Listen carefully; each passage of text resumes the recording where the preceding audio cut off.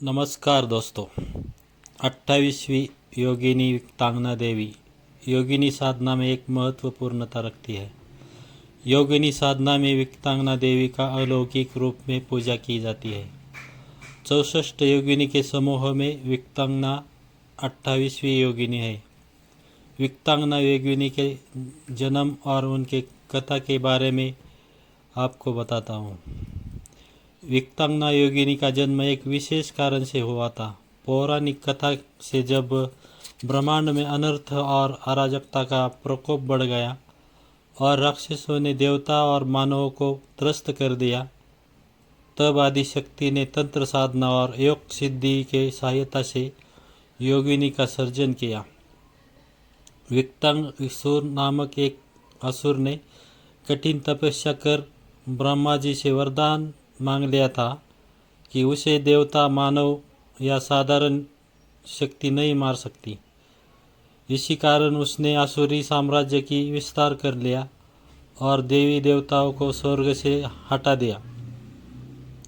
इसका कहर इतना बढ़ गया कि पृथ्वी, आकाश और पाताल लोक में कोई भी सुरक्षित नहीं रहा।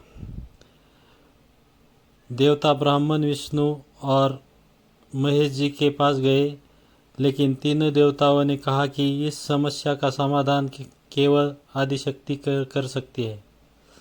देवता और ऋषियों ने मिलकर दुर्गा माँ की आराधना की और उनकी तपस्या से प्रसन्न होकर देवी ने अपना भयंकर रूप प्रकट किया। इस रूप से 64 शक्तिशाली योगिनियों को प्रकट किया और प्रत्येक योगिनियों को अलग कार्य सौंप दिया। विकटांगना योगिनी 28वीं योगिनी है।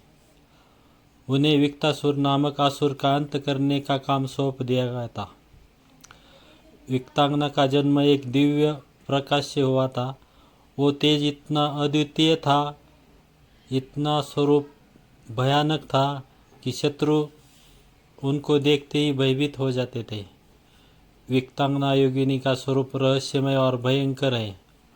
इनको 10 भुजा वाली देवी के रूप में वर्णित किया गया है। उनके हाथों में विनाशकारी शस्त्र धारण किए हुए हैं।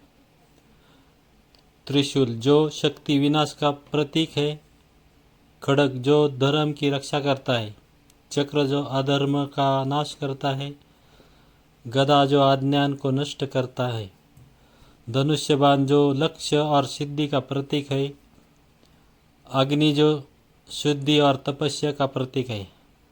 उनका वाहन एक गिद्ध है जो तंत्र साधना और रहस्य का प्रतीक है। उन्हें चारों ओर से अग्नि की लपटें उठती रहती है।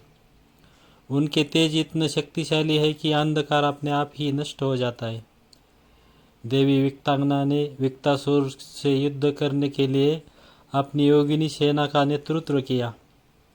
विकटासुर ने अपनी मायावी शक्ति से कई तरह की बाधाएं उत्पन्न की, लेकिन विकटांगना देवी ने अपनी तांत्रिक शक्ति और दिव्य ज्ञान का उपयोग करते हुए हर बाधा को पार किया।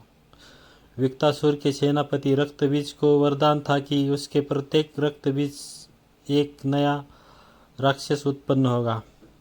जब देवी ने रक्तबीज का सामना किया तो उन्होंने अपनी शक्ति से रक्तबीज को भूमि पर गिरने से रोका और रक्त को अपने मुख में समेट लिया। और विकटांगना देवी ने विकटासुर को उसकी मायावी शक्ति सहित नष्ट कर दिया। इस युद्ध में उनकी शक्ति का अद्भुत दर्शन हुआ। विकटांगना योगिनी अपने 64 योगिनी समूह में एक प्रमुख स्थान रखती है। उन्हें तंत्र साधना की आदिदात्री माना जाता है। विकटांगना योगिनी का तत्व आकाश तत्व और तांत्रिक योगिनी से है। विकटांगना योगिनी की साधना करने से साधक को विशेष प्रकार की साधना प्राप्त होती है। उनकी उपासना के दौरान उनके ध्यान और यंत्र का उपयोग किया जाता है। ये कथा से हमें ये सीख मिलती है कि कठिन से कठिन परिस्थितियों में हमें विश्वास से काम लेना चाहिए। उनकी ये कथा हमें ये प्रेरणा मिलती है, अधर्म और अन्याय का अंत अवश्य होता है। शक्ति का सही प्रयोग न केवल राक्षस का अंत करता है, साधक को अपने भीतर ज्ञान और विकास से भी मुक्ति मिलती है। विकटांगना का ज्ञान साधक को साधना के मार्ग पर चलने के लिए प्रेरित करती है। ये जानकारी आपको कैसी लगी कमेंट में बताइए और चैनल को ज़्यादा से ज़्यादा शेयर करें और सब्सक्राइब करें।